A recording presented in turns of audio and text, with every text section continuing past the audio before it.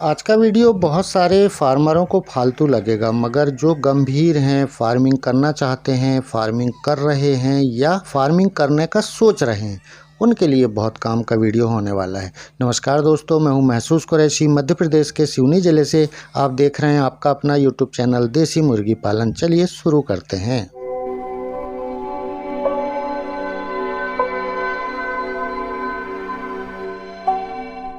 जैसा आप स्क्रीन में देख रहे हैं, ये अबू बकर जी का फार्म है। पहले का फार्म है, जब इनका छोटा फार्म था, 10 बाई 10 का था और उसमें 200 मुर्गियां थीं। उस समय आप देखिए कि 200 मुर्गियों को 10 बाई 10 के फार्म में कितनी जगह मिलेगी। दूसरी चीज़, 70% बीमारियों का कारण पोल्ट्री में वेंटिलेशन होता है। अगर प्रॉपर वेंटिलेशन नहीं है तो बहुत सारी बीमारियां बहुत तेज़ी से ग्रो करती हैं।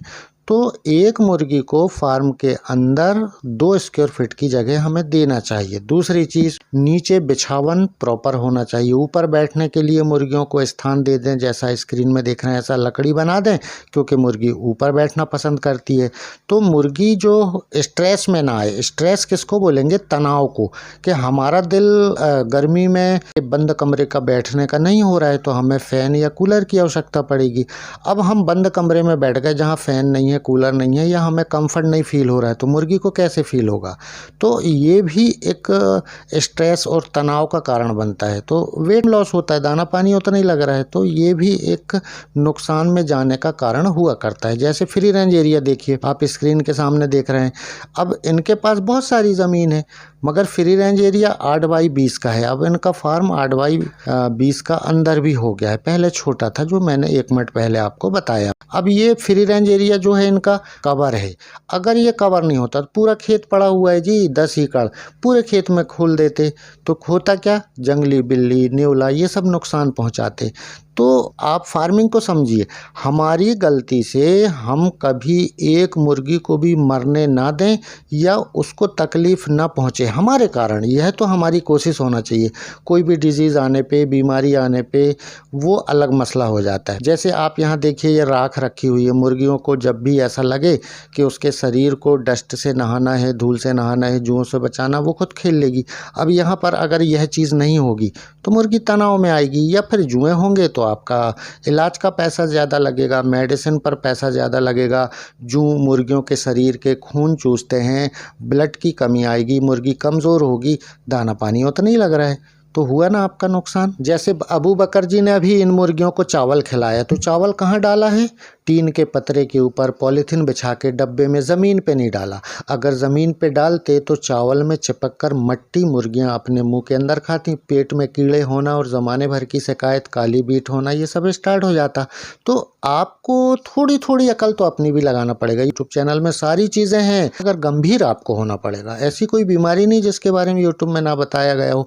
बहुत सारे लोग बीमारियों के इलाज के वीडियो बनाया करते हैं, मैं भी बनाया करता हूँ। मैंने भी 300 से ज़्यादा वीडियो बीमारियों पर बना चुका है। तो इन चीज़ों का ध्यान किसान को खुद रखना होता है। जैसे मान लीजिए कि अगर सुबह हमें किसी मेडिसिन को मुर्गियों को देना है, तो हमें पता है कि हमारे पास 200 मुर्गियां हैं, तो 200 मुर्गियां 2 घंटे में कितना पानी पिएंगी।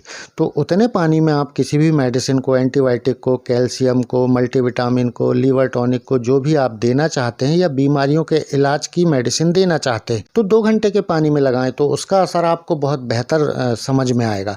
अब बॉयलर वाले 10,000 20,000 के फार्म होते हैं, दिन भर के पानी में मेडिसिन लगा देते हैं, तो भैया उनको बर्तन बहुत ज़्यादा होते हैं, तो बदलना, फिर से पानी भरना, ये सब उनको तकलीफ़ होती। मगर हम छोटी छोटी फार्मिंग करते हैं 100-200 की।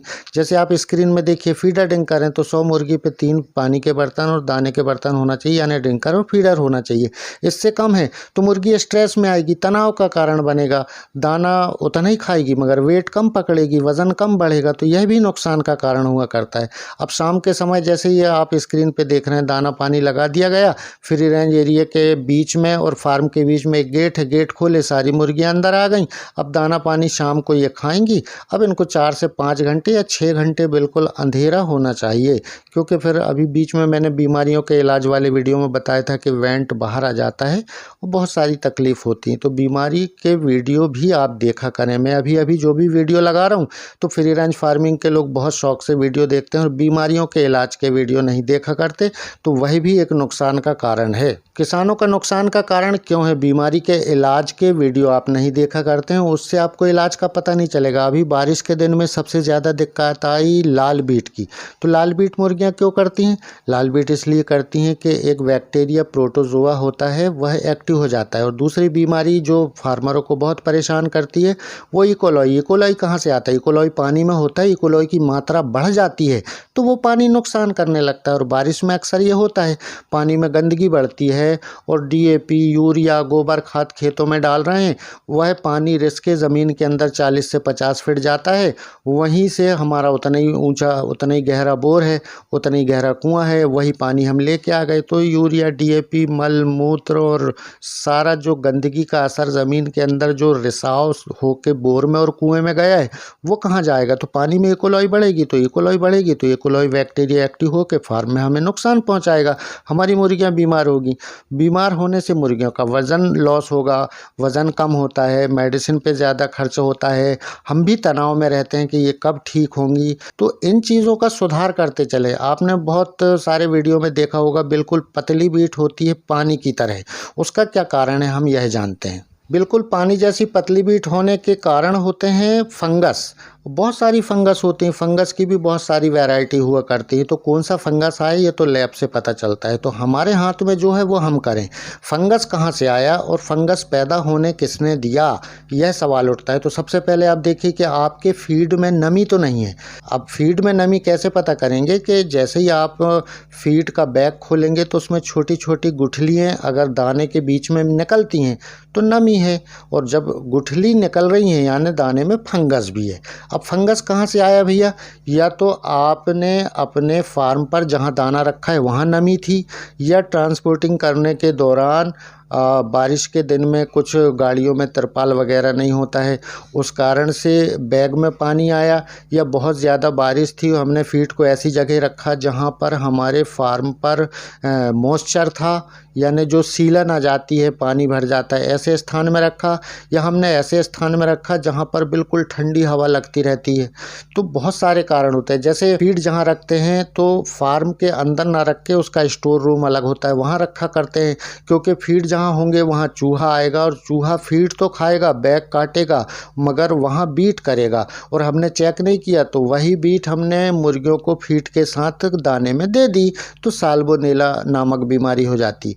तो ये बहुत सारे कारण हैं साहब। अगर आप फार्मिंग की बारीकियों के साथ फार्मिंग करने वाले हैं या आप उसकी मालूमात रखते हैं, उसकी जानकारी रखते हैं, आपको नॉलेज है, तो बहुत सारी चीज़ें जो छोटे छोटे कारण हैं वो बड़ा रूप बन जाते हैं और फार्मर को यही चीज़ें लॉस में पहुंचाती हैं। इसलिए सचेत सावधानी के साथ और फार्मिंग को बारीकियों के साथ करने की कोशिश किया करें। जैसे काम की बात मैं आपको बताता हूं कि अगर आपको सुबह 8 से 10 कोई मेडिसिन देना है 2 घंटे के पानी में, बेहतर रिजल्ट के लिए आपको 2 घंटे के पानी में देना चाहिए। कम मुर्गी 2-5 वाले हैं तो सीधा मुंह में दें, तुरंत असर होगा। जैसे हमें टैबलेट खिलाई जाता है, डॉक्टर बोलता है, तो उसका धीरे धीरे असर होता है, मगर कुछ गंभीर परिस्थितियों में इंजेक्शन लगाया जाता है तो तुरंत असर होता है। इसी प्रकार से मुर्गी के मुंह में अगर कोई दवा देंगे तो तुरंत असर होगा। 2 घंटे के पानी में मेडिसिन मिला के खिलाएंगे तो उसका थोड़ा और बाद में असर होगा। दिन भर के पानी में लगा के अगर हम मेडिसिन देंगे तो और देर में असर होगा। तो ये छोटी छोटी चीज़ें तो आपको भी समझना पड़ेगा भैया। बहुत सारे लोग कहते हैं कि सर सिर्फ हम खुले में मुर्गी पालन कर सकते हैं क्या बिना दाना के? कैसे होगा यार भैया? ग्रीन फॉडर, हरा चारा मुर्गियाँ खाएंगी तो उसमें 90% पानी होता है, 10% ड्राई मैटर होता है। तो 10% से काम नहीं चलेगा। आप अगर 4 रोटी खाते हैं और आपको एक टुकड़ा बस दिया जाए और आपको कहा जाए कि आप इसी में जीवन गुजारो, तो ये संभव नहीं है। तो मैंने वीडियो की शुरुआत में ही कहा था कि ये बहुत फालतू का वीडियो है, मगर जो फार्मिंग कर रहे हैं, करना चाहते हैं, करने वाले हैं, तो ये उनके लिए बहुत काम की चीज़ थी। तो ये छोटी छोटी बातों का आपको ध्यान रखना पड़ेगा। बहुत सारे किसान कहते हैं कि सर सवेरे मैं मेडिसिन लगाता हूँ तो मेरी मुर्गी पानी नहीं पीती। अरे क्यों नहीं पीती भैया? सवेरे ही ग्रीन फॉडर खिला दोगे जिसमें 90% पानी होता है हरा चारा में, तो पानी काहे को पिएंगी जी? चारे के माध्यम से उनके पेट में पानी चला गया। इसलिए जो ग्रीन फॉडर हरा चारा खिलाया जाता है वो 12 बजे से 3 बजे के बीच में खिलाया जाता है। बहुत सारे लोग मुर्गियों को चावल पका के खिलाते हैं, तो 1 किलो चावल 100 मुर्गी में आप अगर खिलाना चाहें तो 1 चम्मच घर की पिसी हुई हल्दी पाउडर मिलाइएगा, 1 चम्मच मिनरल मिक्सचर मिलाएं, 1 चम्मच उसमें नमक मिलाएं, तो उसका जायका भी बदल जाएगा और हल्दी डली है तो एंटीबायोटिक भी हो गई, अगर कोई नुकसान होने वाला भी तो नहीं होगा। तो इन चीज़ों का आपको ध्यान रखना पड़ेगा। तो शुरू में ही मैंने कहा कि ये फालतू का वीडियो है, तो फालतू के वीडियो में फालतू का समय ख़राब करने के लिए बहुत बहुत धन्यवाद। शायद आपको याद होगा कि कुछ दिन पहले इस चैनल पर कॉपीराइट स्ट्राइक आ गई थी, 7 दिन अपलोडिंग बंद हो गई और यह स्ट्राइक 90 दिन तक चैनल पर एक्टिव रहती है।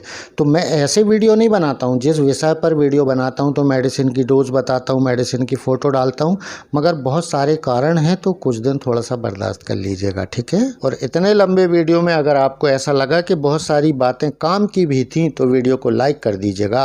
अगली मुलाकात फिर किसी नए टॉपिक के साथ बहुत जल्द होगी, तब तक के लिए नमस्कार, आदाब, जय हिंद, जय भारत।